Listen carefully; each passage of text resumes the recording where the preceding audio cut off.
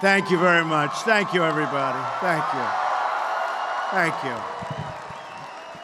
Thank you very much. Thank you, Matt, for that great introduction, and thank you for this big crowd. This is incredible, really incredible. We've all come a long way together. We've come a long way together.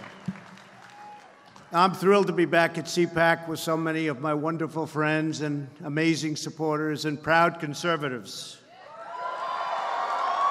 Remember when I first started running? Because I wasn't a politician, fortunately.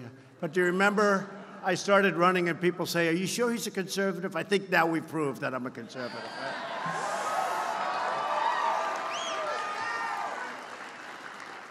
For more than 4 decades, this event has served as a forum for our nation's top leaders, activists, writers, thinkers. Year after year, leaders have stood on the stage to discuss what we can do together to protect our heritage, to promote our culture, and to defend our freedom. CPAC has always been about big ideas, and it's also been about putting those ideas into action. And CPAC really has put a lot of ideas into action. We'll talk about some of them this morning. For the last year, with your help, we have put more great conservative ideas into use than perhaps ever before in American history. Right?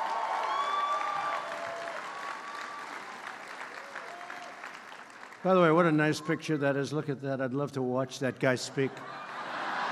Oh, boy. Let's see.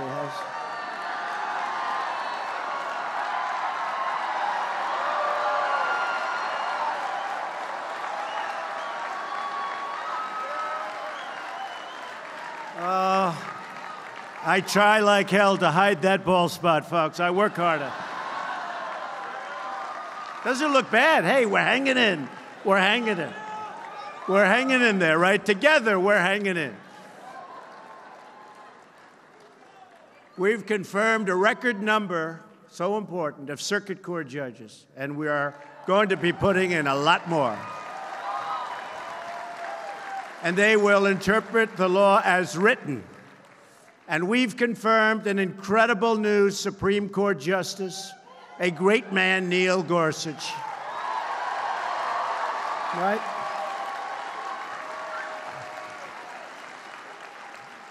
We've passed massive, biggest in history, tax cuts and reforms.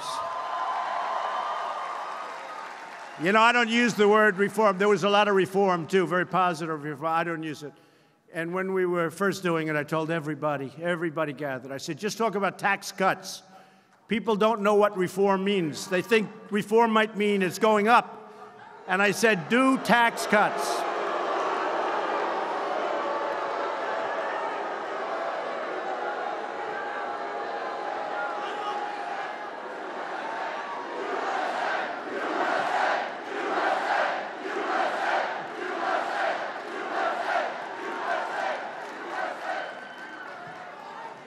Thank you. How did he get in here, Matt? Why? Okay. Just for the media, the fake news back there. They took very good care of him. They were very gentle. He was very obnoxious. It was only one person. So we have thousands of people here. So listen, tomorrow the headline will be, protesters disturb the trouble. One person, folks, doesn't deserve a mention, doesn't deserve a headline. The headline tomorrow, disruptors of CPAC. One person, and he was very nice. We looked at him, he immediately left. Okay.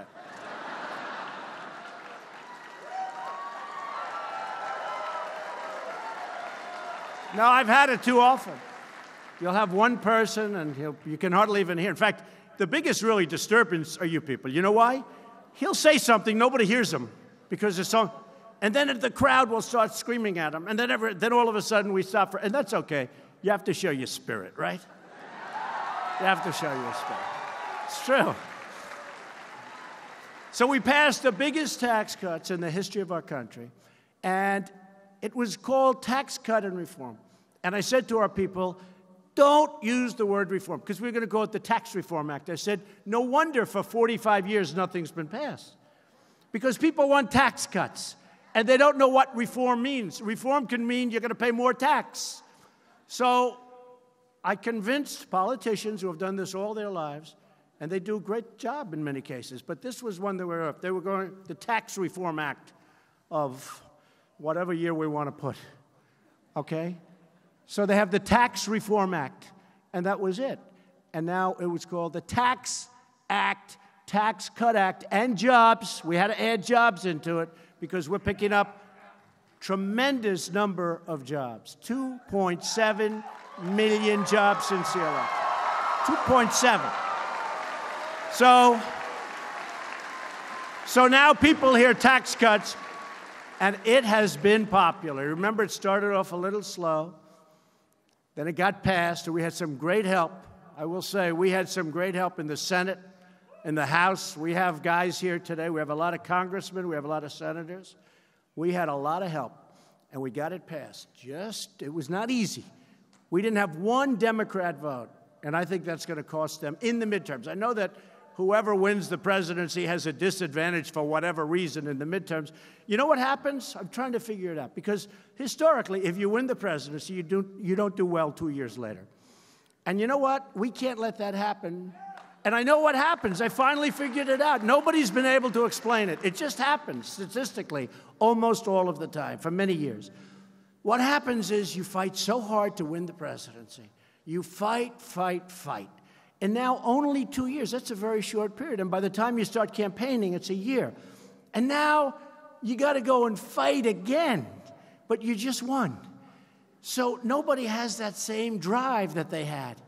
So you end up not doing that well because the other side is going, they're crazed. And by the way, they're crazed anyway, these people. They are really crazed, right? So, because, I kept trying to say, why is this? But it's just there. So the great enthusiasm, you're sitting back, you're watching television.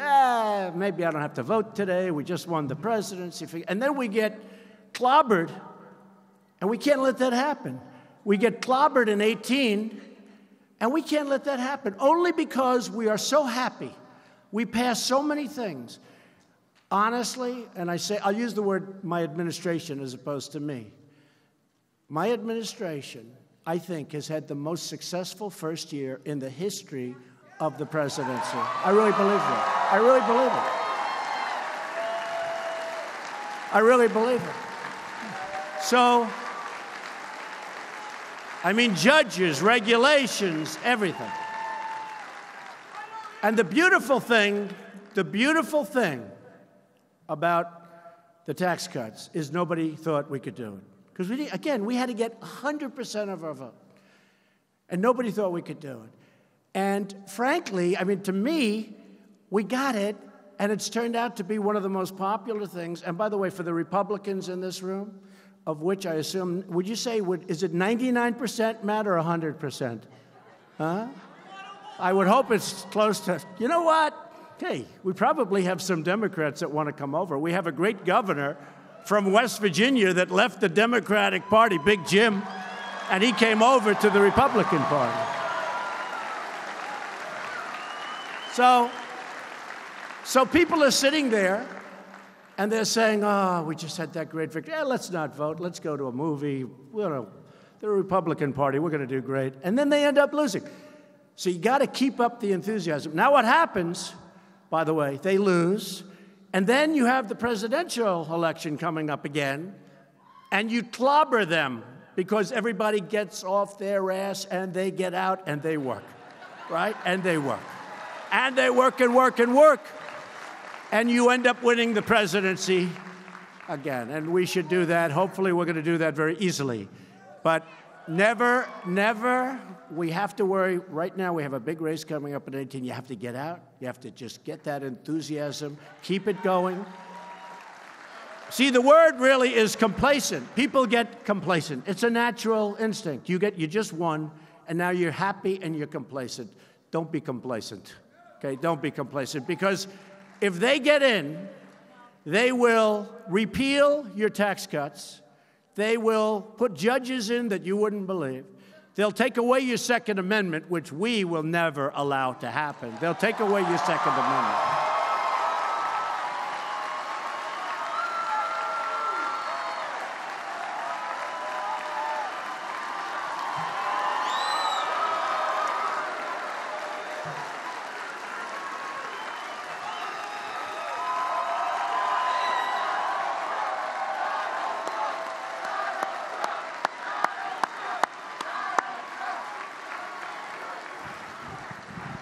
Remember that. They will take away, thank you, they will take away those massive tax cuts, and they will take away your Second Amendment. By the way, if you only had a choice of one, what would you rather have, the Second Amendment or the tax cuts? Go ahead. Second Amendment, tax cuts. Second Amendment. I'm going to leave it at the Second Amendment. I don't want to get into that battle, all right? We're going to say you want, Matt, we're going to say you want the Second Amendment the most. But we're going to get them all. And remember this. Remember this. We've gotten, you know, somebody got on television recently, and they said, actually, this is the first time I can remember, Trump made campaign promises. He may be the only person that actually fulfilled more promises than he made. I think that's true. I fulfilled more promises. But we have a very crooked media. We had a crooked candidate, too, by the way. But we have a very, very crooked media.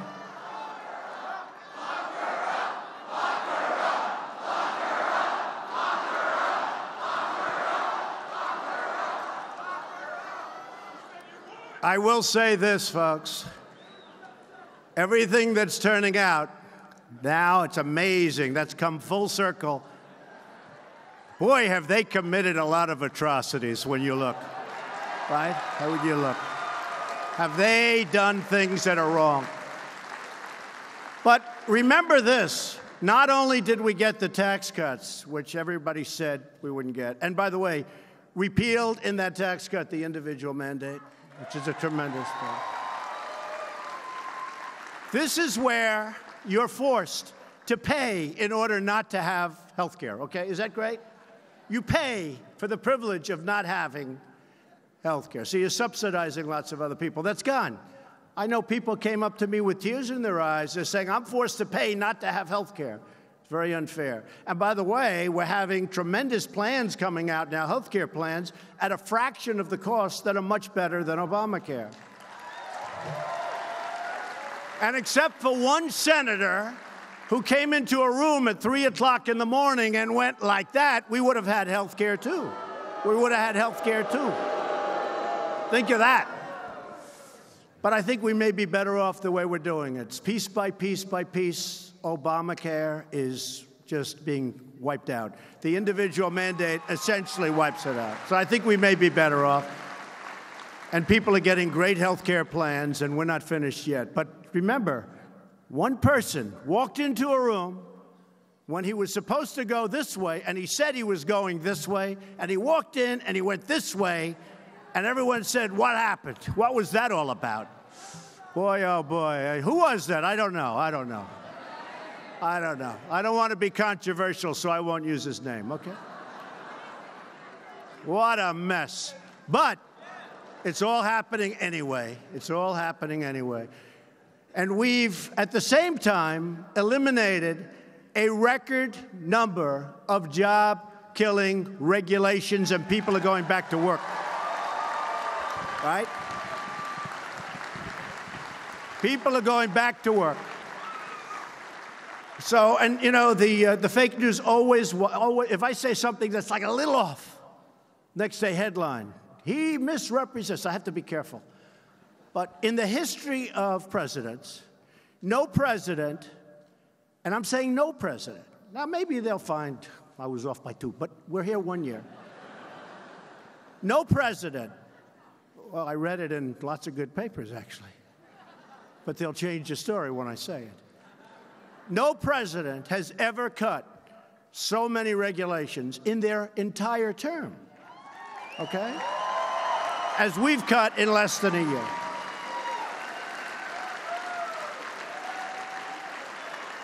And it's my opinion that the regulations had as big an impact as these massive tax cuts that we've given. So I really believe that.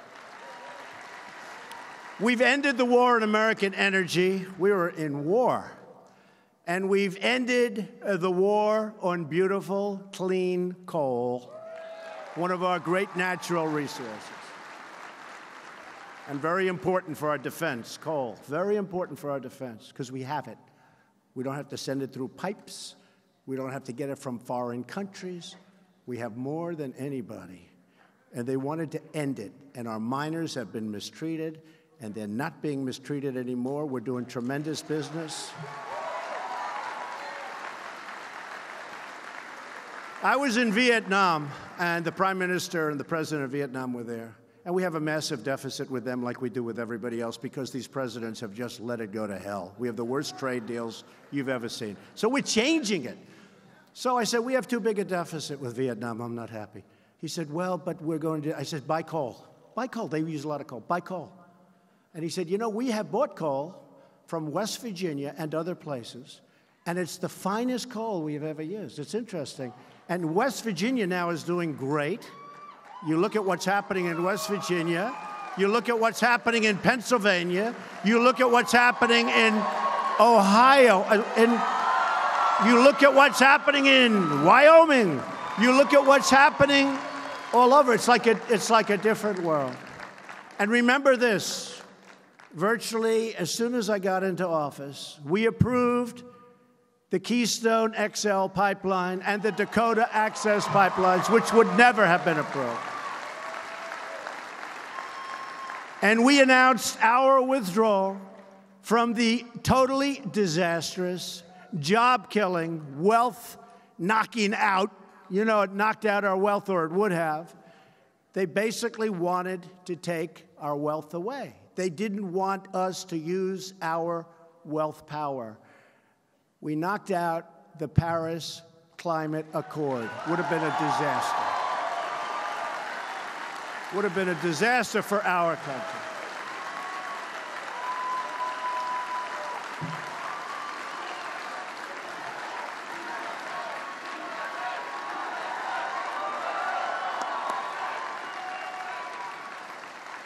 You know, basically it said, you have a lot of oil and gas that we found. You know, technology has been amazing. And we found things that we never knew.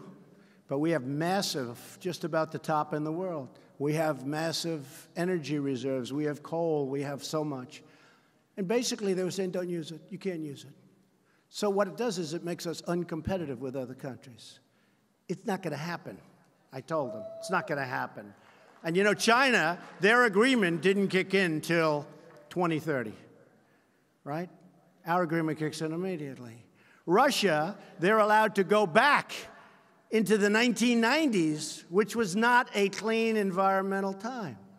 Other countries, big countries, India and others, we had to pay because they considered them a growing country. They were a growing country. I said, what are we? Are we allowed to grow too? Okay. No, are we allowed to grow? They called India a developing nation. They called China a developing nation. But the United States, we're developed. We can pay. So, folks, if you don't mind, I tell you what, it's amazing how many people understood the Paris Accord because it sounds so good. It's like some of the environmental regulations that I cut. They have the most beautiful titles. And sometimes I say, look, I'm just going to close my eyes and sign this because you know what? I'm going to get killed on this one. And I get so much thanks. The country knows what I'm doing. We couldn't build. We couldn't farm. If you had a puddle on your land, they called it a lake for the purposes of environmental. I mean, it's crazy. It's crazy. And I signed certain bills, and I'd have farmers behind me, and I'd have house builders, home builders behind me. And these are tough people, strong people. They've fought hard. They've worked all their lives hard. And there'd be half of them would be crying because we gave them their property back. We gave them the right to earn a living. They couldn't do it. They couldn't do what they had to do. We gave them their property back. We gave them their dignity back.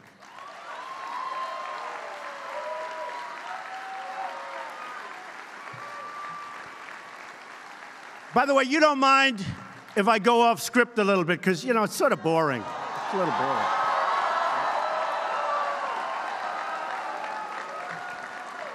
Got this beautiful speech. Everything's wonderful, but a little boring. We have to, you know, interject. But we gave them their dignity back. And that's why our country's doing record business. We're doing record business. We're doing business. And you have to look at the fundamentals. Companies are pouring back into this country. They're pouring back. Not like, I mean, when did you hear about car companies coming back into Michigan and coming to Ohio and expanding? When did you hear? You never heard that. You hear they're leaving. I've been talking about it for 20 years. I was a private sector guy, but for whatever reason, I always had these guys always covered me much more than anybody else. I always got a lot of these characters. They used to treat me so good, too, until I ran for office. I used to get the greatest publicity. A friend of mine said, you know, you used to be the king of getting great publicity. What happened? I said, well, I have some views that they're opposed to for a lot of bad reasons. A lot of really bad reasons. But when you look at what's happening to our country, it's incredible. And the fundamentals are so strong. The stock market, I just see with all of the ups and downs since Election Day, is up 37% from election. 37%. Now, it did a little bit of a correction. In fact, I started to say, you know, I was in it for like 13, 14 months from election.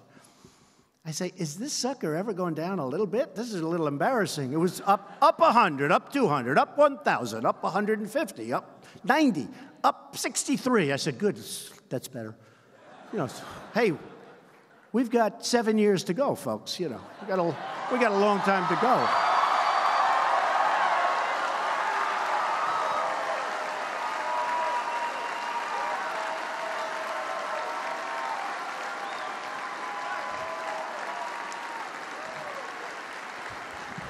So, thank you, everybody. You've been amazing. You've been amazing. You know what Matt didn't say? When I was here 2011, I made a speech, and I was received with such warmth. And they give, you know, they used to give, I don't know if Matt does that because he might not want to be controversial, but they used to give the best speech of CPAC. Do they do that still, Matt? Good, you better pick me or I'm not coming back there.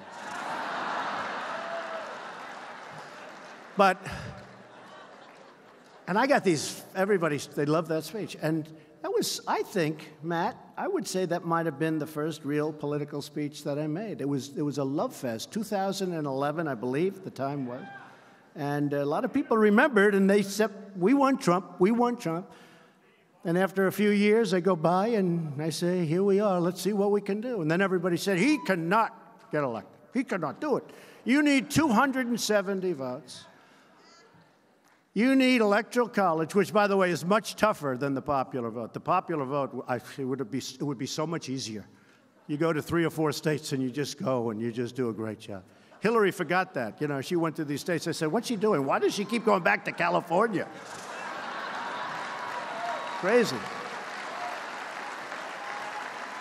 Next time they're going to remember Iowa. They're going to remember Ohio. Remember? They spent a lot of time in Pennsylvania to no avail. They spent a lot of money. They spent a lot of money in North Carolina, the great state of North Carolina. We did very well there. We have a great person in the room, Mark Meadows from North Carolina. He's around here. Where's Mark? Where's Mark?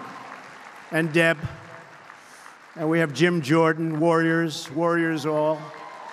We have a lot of great people here.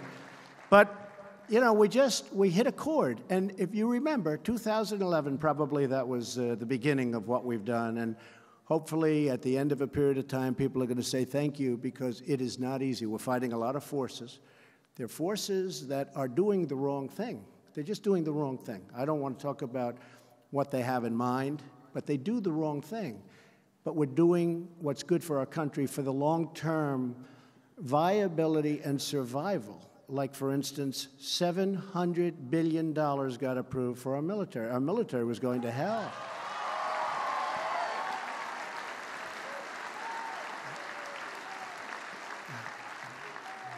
we declined to certify the terrible one-sided Iran nuclear deal. That was a horrible deal. Who ever heard you give $150 billion to a nation that has no respect for you whatsoever? They're saying death to America while they're signing the agreement. If somebody said death to America while I'm signing an agreement and I'm president, I immediately say, what's going on here, folks? I'm not signing. What's going on? They just kept going. Kerry may be the worst negotiator I've ever seen. How about this guy? And Obama, of course, he's the one. But how about $1.8 billion in cash? Did you ever see what, like $1 million in $100 bills? A lot of people do it as a promotion. It's a lot. It's big. It's like big. Now take that. Go to $1.8 billion in cash. $1.8 billion. For what? For what? Why did we do this? Why did we do it? Anyway, we didn't certify, and lots of interesting things are happening with that whole mess. But we have to treat people that treat us well, we treat them well. People that treat us badly, we treat them much worse than they can ever imagine. That's the way it has to be. That's the way it has to be.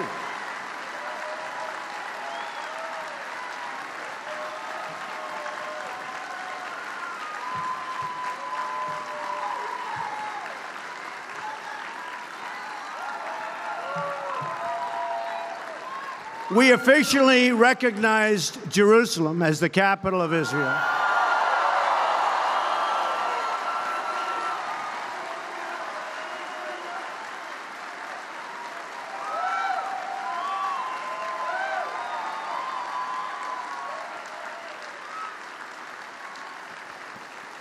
You know, every president campaigned on, we're going to recognize Jerusalem as the capital of Israel. Everybody, for many presidents, you've been reading it. And then they never pulled it off. And I now know why. Because I put the word out that I may do it, right? I said I'd do it in my campaign. So that usually means, unless I find something, I'm going to do it. I was hit by more countries and more pressure and more people calling, begging me, don't do it, don't do it, don't do it. I said, we have to do it. It's the right thing to do. It's the right thing to do. We have to do it. And I did it. But every other president really lied because they campaigned on it. That was always a big part of the campaign. Then they got into office, they never did it. So I understand why they didn't do it, because there was tremendous, the campaign against it was so incredible. But you know what? The campaign for it was also incredible, and we did the right thing. So we've kept our promise, as I said, to rebuild our military, eliminating the defense sequester, which is a disaster. And I don't know if you saw the number, $700 billion. You know, ultimately that comes before everything else. We can talk about lots of things. But if we don't have a strong military, you might not be allowed into this room someday, okay? You may not have your houses, your homes, your beautiful communities. We better take care of our military. These are the greatest people, and we're going to take care of our veterans. We're going to take care of the vets. We've been doing a good job on the vets.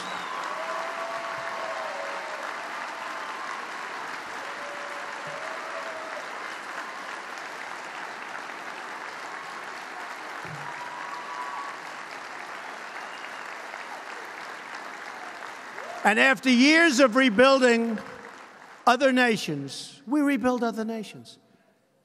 We rebuild other nations that have a lot of money. And we don't ever say, hey, you got to help.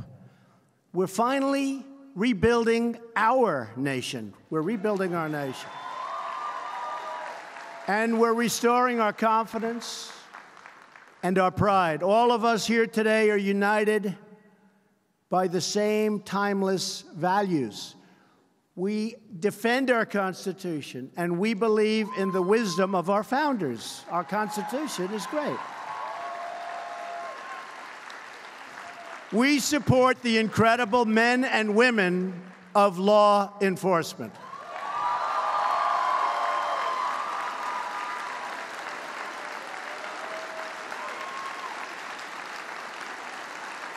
True.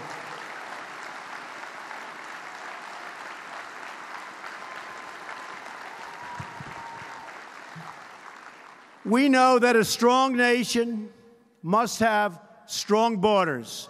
We celebrate our history and our heroes, and we believe young Americans should be taught to love their country and to respect its traditions. Don't worry, you're getting the wall. Don't worry, okay? I heard some. Getting the wall.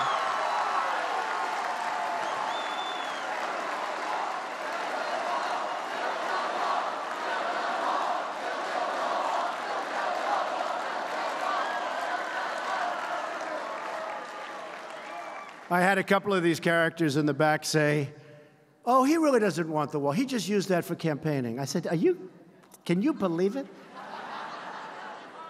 You know, I say every time I hear that, the wall gets 10 feet higher. You know that, right? Every time. Every single time. Okay. Now, we're going to have the wall, or they're not going to have what they want. You know, we have a problem. We need more Republicans. We have a group of people that vote against us in a block. They're good at two things: resisting obstruction. Resisting obstruction. And they stick together. They do. They always vote in a block. You know, it's very rare that you get a couple of them to come your way, even on the tax cuts. I mean, we're going to be fighting these people in the 2018 election. We're going to be fighting people that voted against the tax cuts because the tax cuts are phenomenal and popular and helping people and helping our country. You saw Apple just brought $350 billion in. Exxon brought $50 billion in. So we're going to be fighting. The fact is we need more Republicans to vote. We want to get our agenda because now what we have to do is, in order to get a vote to fix our military, we have to give them $100 billion in stuff that nobody in this room, including me, wants in many cases. It's terrible. We need more Republicans. That's why you have to get out and you have to fight for 18. You have to do it. We salute our great American flag. We put our hands on our hearts for the Pledge of Allegiance. And we all proudly stand for the national anthem.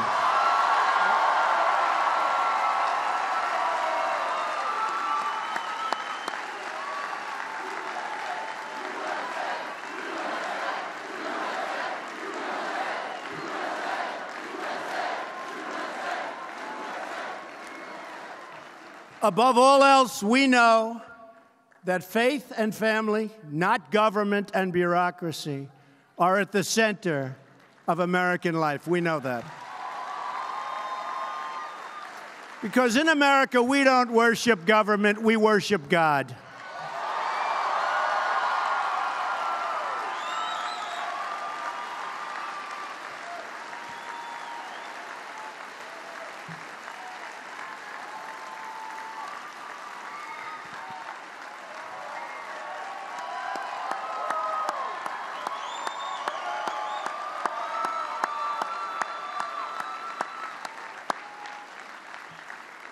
Our nation's motto is, "In God we trust." And this week, our nation lost an incredible leader who devoted his life to helping us understand what those words really mean. Leader. He was a leader. He's a great man. We will never forget the historic crowds, that voice, the energy, and the profound faith of a preacher named Billy Graham.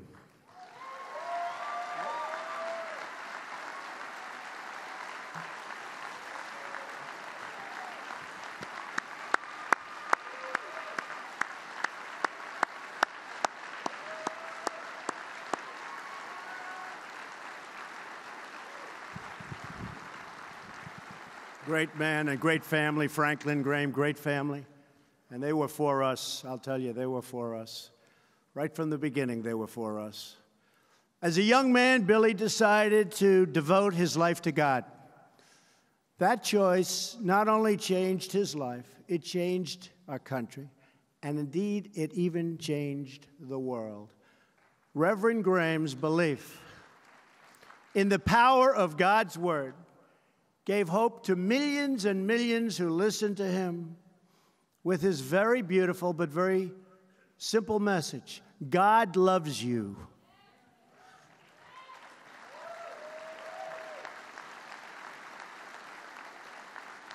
And a very special tribute, because it's almost never done. On Wednesday, we will celebrate Billy Graham's life as he lies in honor in the rotunda of our Capitol. Very rarely.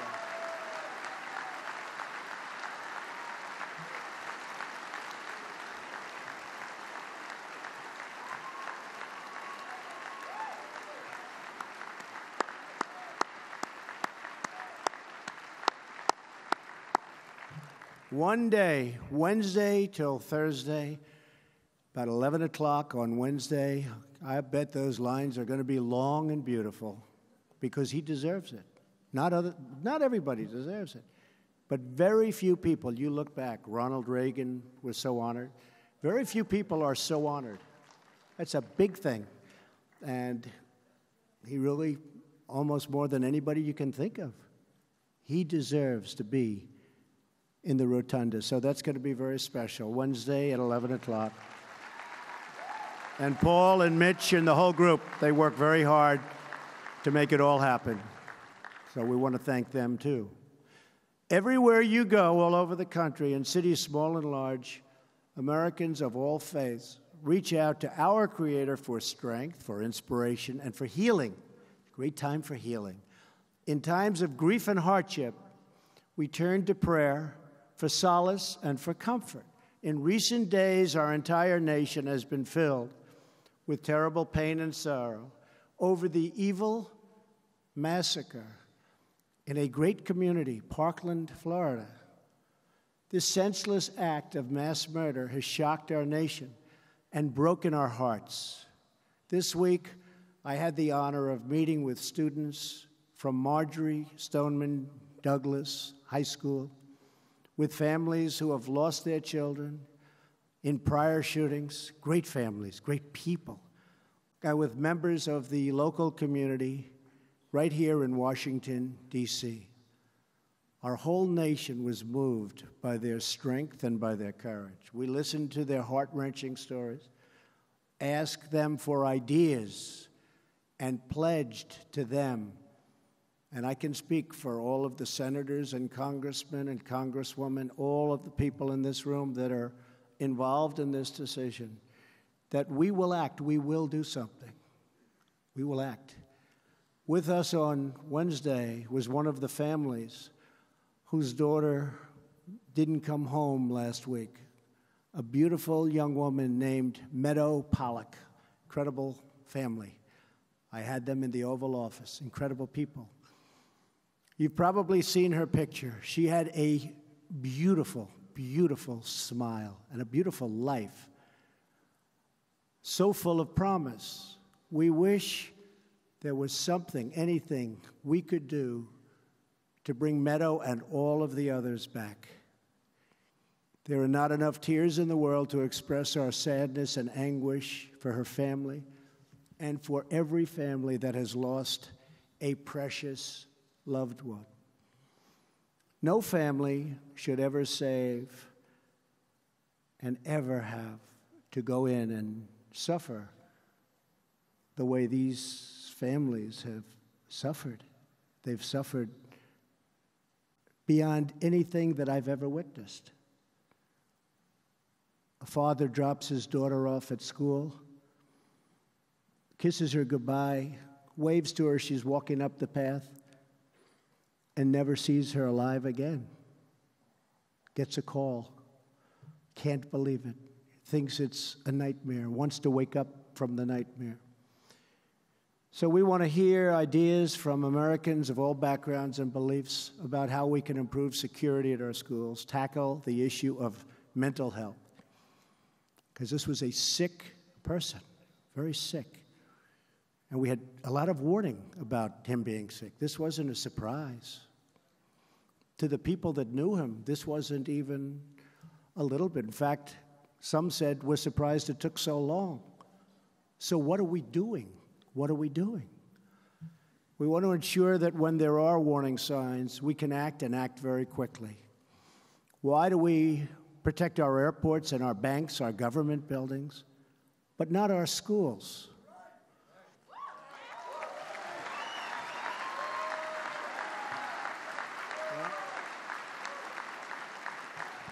It's time to make our schools a much harder target for attackers. We don't want them in our schools.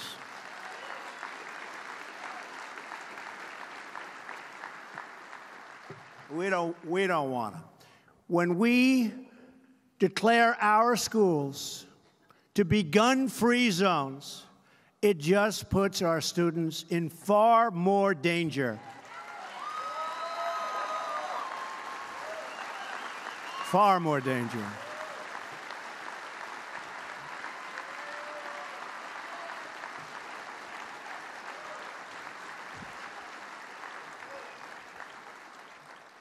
Well-trained, gun-adept teachers and coaches and people that work in those buildings, people that were in the Marines for 20 years and retired, people in the Army, the Navy, the Air Force, the Coast Guard, people that are adept with weaponry and with guns. They teach. I mean, I don't want to have 100 guards standing with rifles all over the school. You do a concealed carry permit.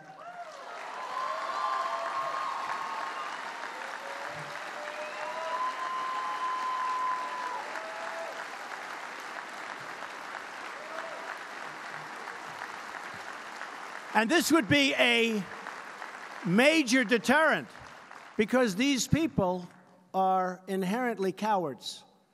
If they thought, like if this guy thought that other people would be shooting bullets back at him, he wouldn't have gone to that school.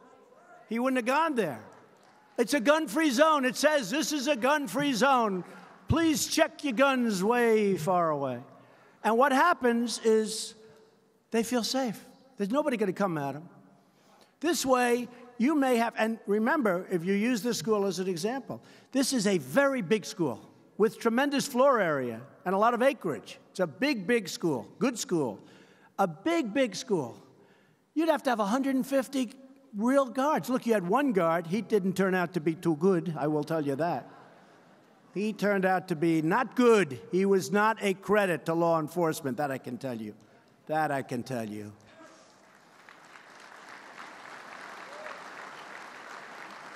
But as I've been talking about this idea, and I feel it's a great idea, but some people that are good people are opposed to it. They don't like the idea of teachers doing that. But I'm not talking about teachers. You know, CNN went on. They said, Donald Trump wants all teachers. Okay? Fake news, folks. Fake news. Fake news. I don't want a person that's never handled a gun, that wouldn't know what a gun looks like, to be armed. But out of your teaching population, you have 10%, 20% of very gun-adept people. Military people, law enforcement people, they teach. They teach. And something I thought of this morning, you know what else? And I thought of it since I found and watched Peterson, the deputy who didn't go into the school because he didn't want to go into the school, okay? He was tested under fire, and that wasn't a good result. But you know what I thought of as soon as I saw that? These teachers, and I've seen them at a lot of schools where they had problems. These teachers love their students, and the students love their teachers in many cases. These teachers love their students, and these teachers are talented with weaponry and with guns. And they feel safe. And I'd rather have somebody that loves their students and wants to protect their students than somebody standing outside that doesn't know anybody and doesn't know the students and, frankly, for whatever reason, decided not to go in, even though he heard lots of shots being fired inside. The teachers and the coaches and other people in the building, the dean, the assistant dean, the principal, they love their people. They want to protect these kids. And I think we're better with that. And this may be 10% or 20% of the population of teachers, et cetera. It's not all of them, but you would have a lot, and you would tell people that they're inside. And the beauty is it's concealed. Nobody would ever see it unless they needed it. It's concealed.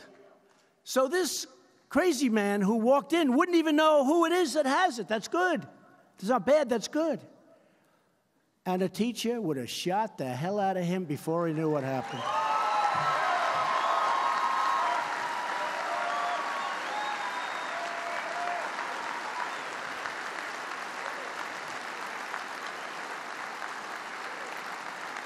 They love their students.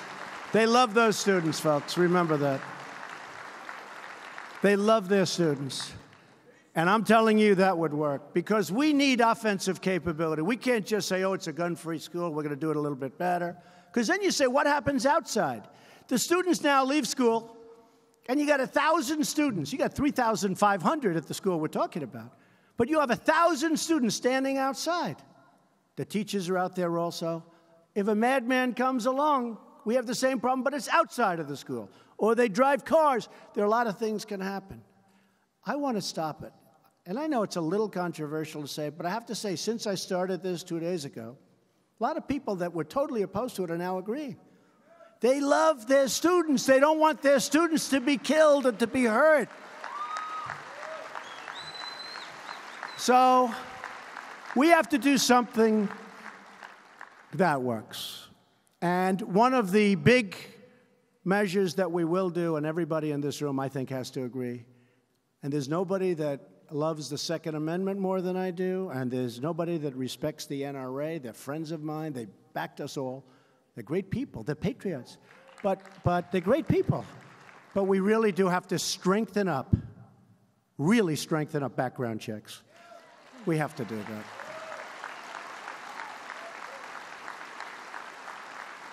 And we have to do, for the mentally ill, we have to do we don't want people that are mentally ill to be having any form of weaponry. We have to be very strong on that.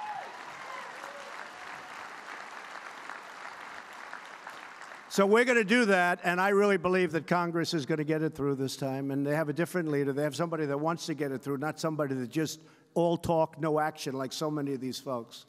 This is somebody that wants to get it through. But I also want to protect. We need a hardened site. It has to be hardened. It can't be soft. Because they'll sneak in through a window, they'll sneak in some way, and again, you're standing there totally unprotected. You know the 5 great soldiers from 4 years ago. 3 of them were world-class marksmen. They were in a military base in a gun-free zone. They were asked to check their guns quite far away. And a maniac walked in, guns blazing, killed all 5 of them. He wouldn't have had a chance if these world-class marksmen had, on a military base, access to their guns. And I'm going to look at that whole policy on military bases. If we can't have...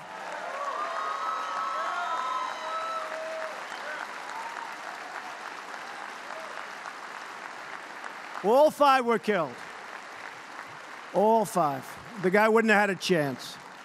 But we're going to look at that whole military-based gun-free zone. If we can't have our military holding guns, it's pretty bad. We had a number of instances on military bases. You know that. So we want to protect our military. We're going to make our military stronger and better than it's ever been before. We also need to create a culture in our country that cherishes life and human dignity. That's part of what we're talking about. A culture that condemns violence and never glorifies violence. We need to foster real human connections and turn classmates and colleagues into friends and neighbors that want to fight for us. We're not just having a conversation about school safety. You've had conversations, in all fairness, I'm pretty new on this job. We're here a little more than a year. I've been watching this stuff go on for 20 years. The president gets up, everybody's enthusiastic for the first couple of days, and it fades, fades, fades. Nothing ever gets done. We want to see if we can get it done. Let's get it done right. We really owe it to our country. I've been watching for a long time.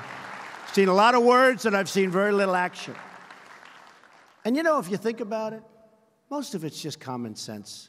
It's not, do you love guns? Do you hate guns? It's common sense. It's all common sense. And some of the strongest advocates about what I'm saying are the strongest advocates, I know them very well, political people, the strongest advocates for the Second Amendment. But this is common sense. In addition to securing our schools, we're also implementing a strategy to secure our streets. We want our kids to be safe everywhere they go, whether they're in a classroom walking home from school or just outside playing with their friends. Every child deserves to grow up in a safe community surrounded by a loving family and to have a future filled with opportunity and with hope.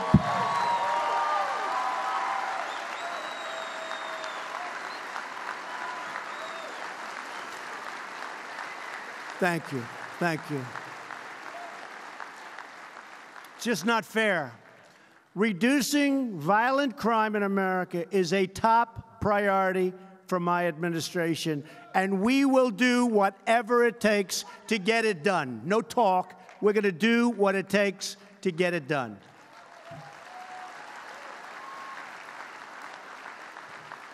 As you've seen, pretty well reported that we're significantly increasing gun prosecutions by tremendous percentages.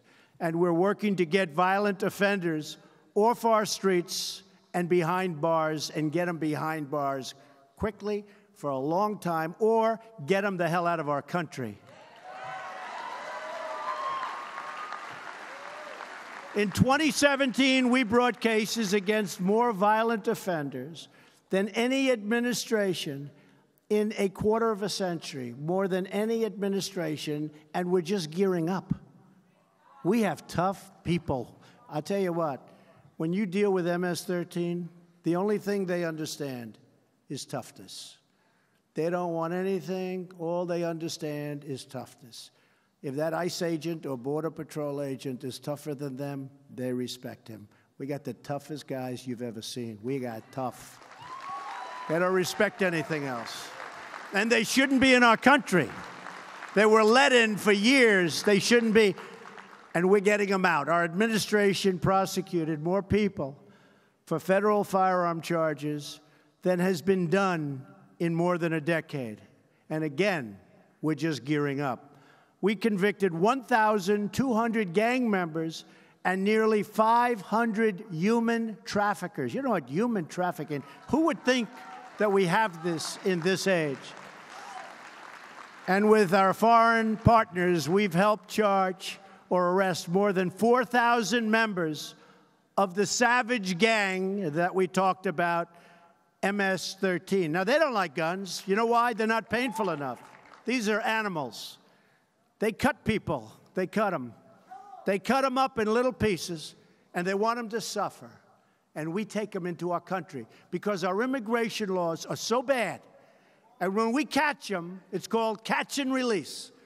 We have to, by law, catch them and then release them. Catch and release. And I can't get the Democrats, and nobody has been able to for years, to approve common sense measures that when we catch these animal killers, we can lock them up and throw away the keys.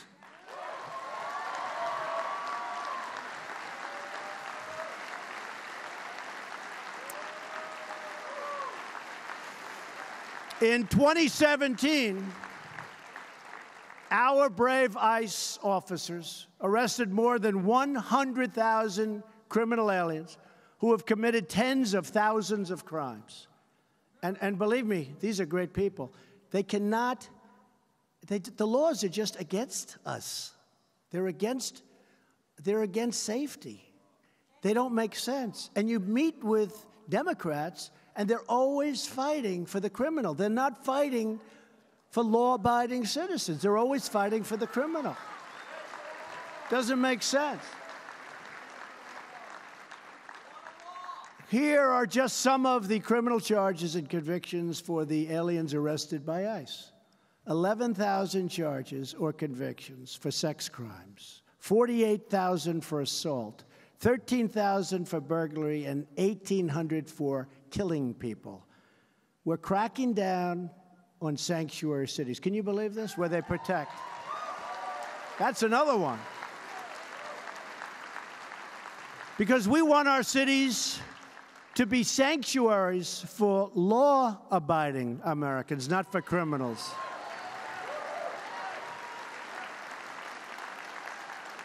And by the way, the Senate Democrats and the House Democrats have totally abandoned DACA. They don't even talk to me about it.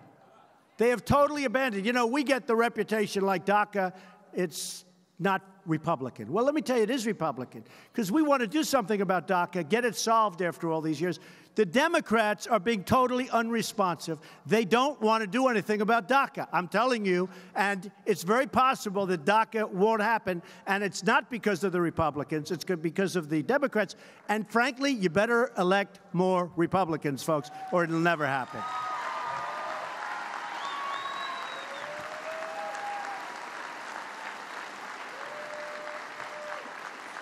The Democrats voted in favor of sanctuary cities. In other words, they voted to protect criminal aliens instead of voting to protect the American citizens. To secure our country, we are calling on Congress to build a great border wall to stop dangerous drugs and criminals from pouring into our country.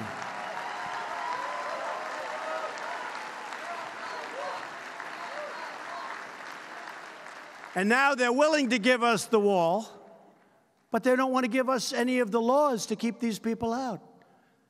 So we're going to get the wall, but they don't want to give us all of the other, chain migration, lottery. Think of a lottery. You have a country. They put names in. Do you think they're giving us their good people? Not too many of you people are going to be in a lottery. So we pick out people. Then they turn out to be horrendous, and we don't understand why. They're not giving us their best people, folks. They're not giving us, I mean, use your heads. They're giving us, it's a lottery. I don't want people coming into this country with a lottery. I want people coming into this country based on merit, based on merit.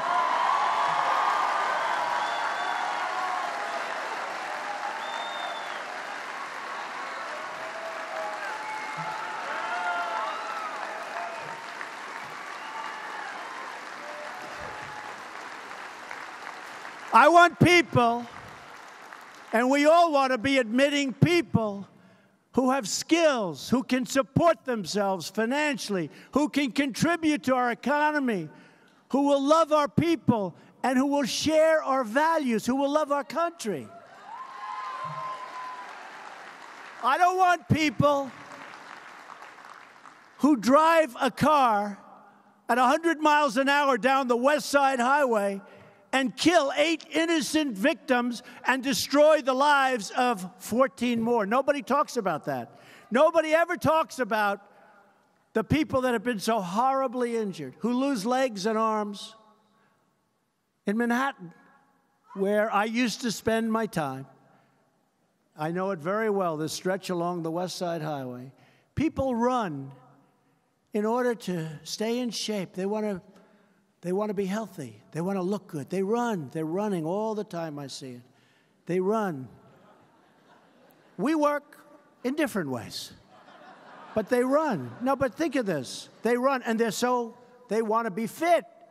They're proud people. They want to be fit, and they're running up and down West Side Highway. It's beautiful. It's a beautiful thing.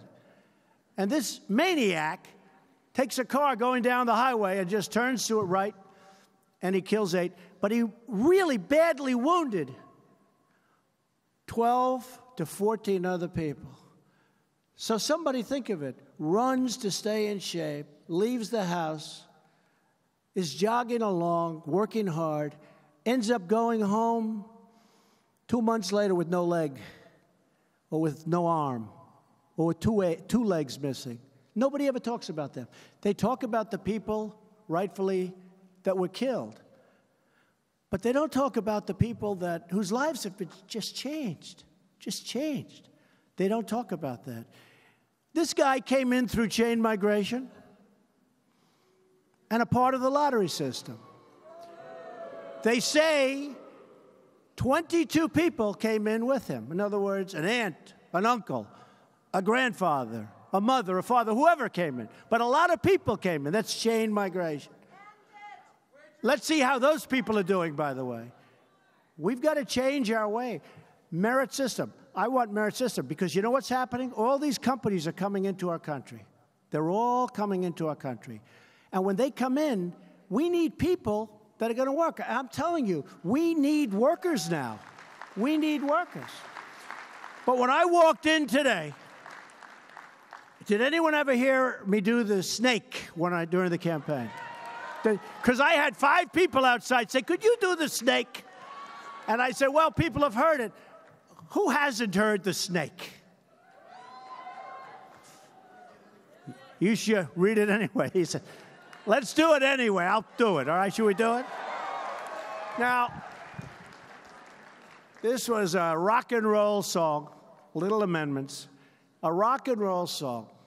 But every time I do it, people, and you have to think of this in terms of immigration. We have to have great people come into our country. I want people to come into our country. And I want people that are going to help us. And I don't want people that are going to come in and be accepting all of the gifts of our country for the next 50 years and contribute nothing. I don't want that. And you don't want that. I want people that are going to help and people that are going to go to work for Chrysler, who is now moving from Mexico into Michigan, and so many other. And Apple, by the way, and Foxconn up in Wisconsin. They're going to need 25,000 workers. I want people that can come in and get to work and work hard. Even if it means a learning period, that's fine. But I want people that are going to come in and work. And I want people that love us and look at security, and they want you to be safe, and they want to be safe. I want great people coming into this country. I don't want people coming in the way they do now, because I want people that contribute. So this is called the snake, and think of it in terms of immigration, and you may love it or you may say, isn't that terrible, okay? And if you say, isn't that terrible, who cares? Because the way they treat me, that's peanuts compared to the way they treat me, okay? Immigration. On her way to work one morning, down the path along the lake, a tender-hearted woman saw a poor, half-hearted, frozen snake. His pretty-colored skin had been all frosted with the dew. "Poor thing," she cried, "I'll take you in, and I'll take care of you. Take me in, O tender woman, take me in for heaven's sake. Take me in, O tender woman," sighed the vicious snake. She wrapped him up all cozy in a comforter of silk and laid him by her fireside with some honey and some milk. She hurried home from work that night, and soon as she arrived, she found that pretty snake she'd taken in had been revived. "Take me in, O tender woman, take me in for heaven's sake. Take me in, O tender woman," sighed the vicious snake. She clutched him to her bosom. "You're so beautiful," she cried. "But if I hadn't brought you in by now, surely you would have died." She stroked his pretty skin again and kissed and held him tight. But instead of saying thank you, that snake gave her a vicious bite. "Take me in, O tender woman. Take me in for heaven's sake. Take me in, O tender woman," sighed the vicious snake. "I saved you," cried the woman. and you've bitten me. Heavens, why? You know your bite is poisonous, and now I'm going to die. Oh, shut up, silly woman, said the reptile with a grin. You knew damn well I was a snake before you took me in.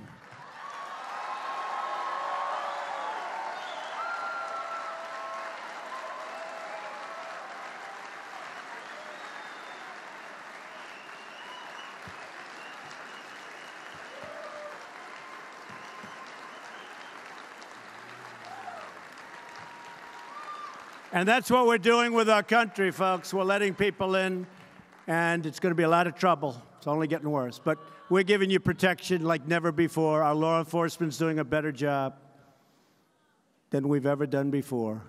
And we love our country, and we're going to take care of our country.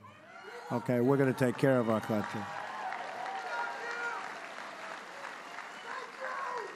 So just in finishing, our country is starting to do very well. Our economy is blazing. Jobs are at a record level. Jobs are so good. 2.7 million jobs created since the election. Unemployment claims have reached a 45-year low.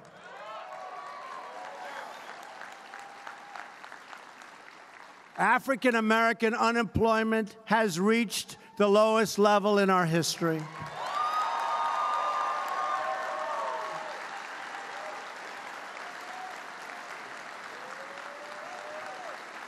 Hispanic unemployment has reached the lowest level in our history.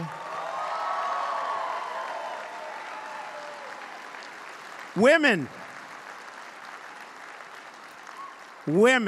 unemployment is at the lowest level in 18 years.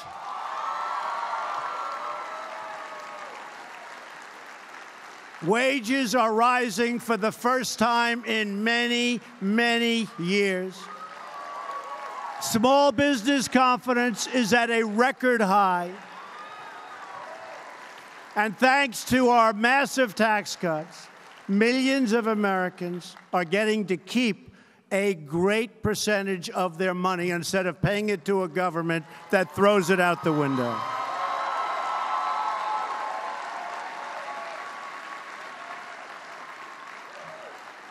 So I just leave you with this.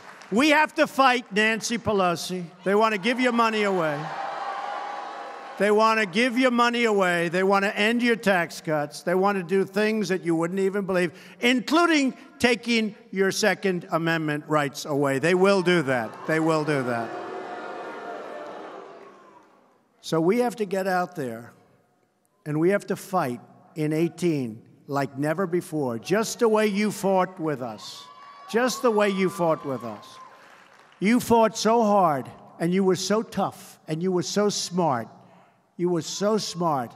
And you know what? I know for a fact you did the right thing because we're looking at the numbers, and the numbers, even they have to give credit for the kind of numbers that we're producing. Nobody has ever seen anything like it.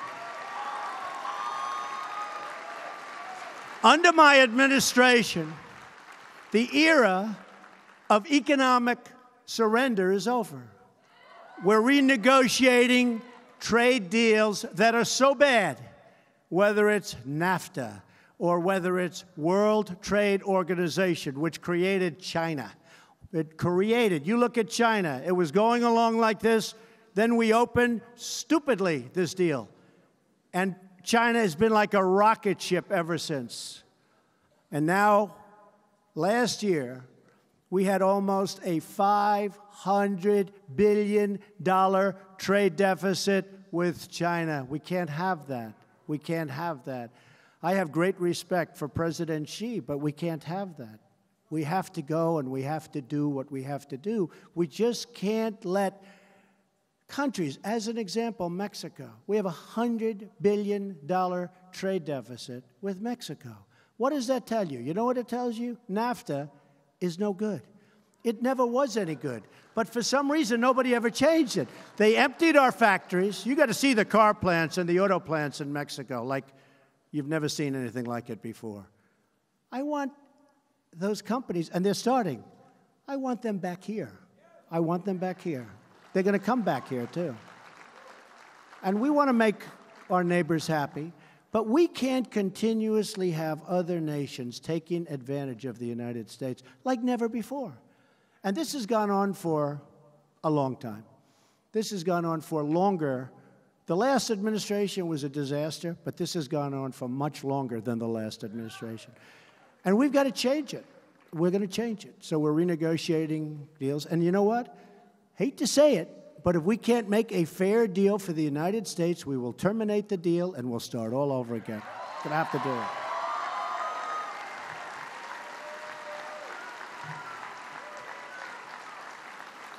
So, under my administration and with your help, don't forget, you, many of you, were the forgotten people. You were the people that when the polls came out, they didn't know that you existed. The Democrats are trying to figure out who you are because they want to get you back. But you were people. We've had people that never voted, but they're great patriots, but they never saw anybody they wanted to vote for. Then they go to the election. They've got Trump, Pence. They got hats. They got all sorts of things. Trump over here. Make America great again hats, right?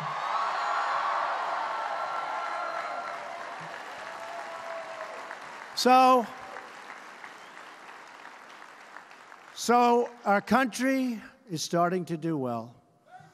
We are going to make it greater, better, safer than it ever was before. The reason is you. This has been a great movement. They try like hell. They cannot stand what we've done. But we're doing the right thing. We're even doing the right thing for them. They just don't know it yet. They just don't know it yet. Even the media will absolutely support me sometime prior to the election. All those horrible people back there, they're going to support me. You know why?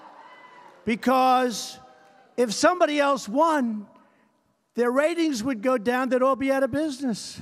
Nobody would watch. They'd all be out of business. So I just want to tell you that we are going to win. I'd love you to get out there, work really hard for 18. We need more Republicans to keep the tax cuts, to keep all of this going. And I love you. I respect you. I appreciate everything you've done for the country.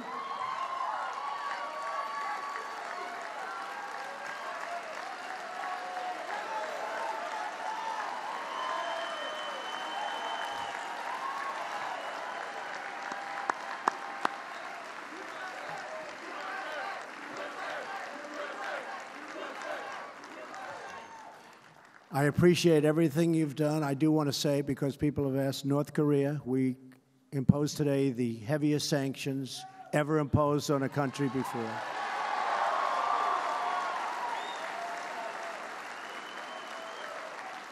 And frankly, hopefully something positive can happen. We will see. But hopefully something positive can happen. But that just was announced, and I want to let you know we have imposed the heaviest sanctions ever imposed. So, ladies and gentlemen, thank you for everything. You have been incredible partners. Incredible partners. And I will let you know in the absolute strongest of terms, we're going to make America great again, and I will never, ever, ever let you down. Thank you very much. Thank you.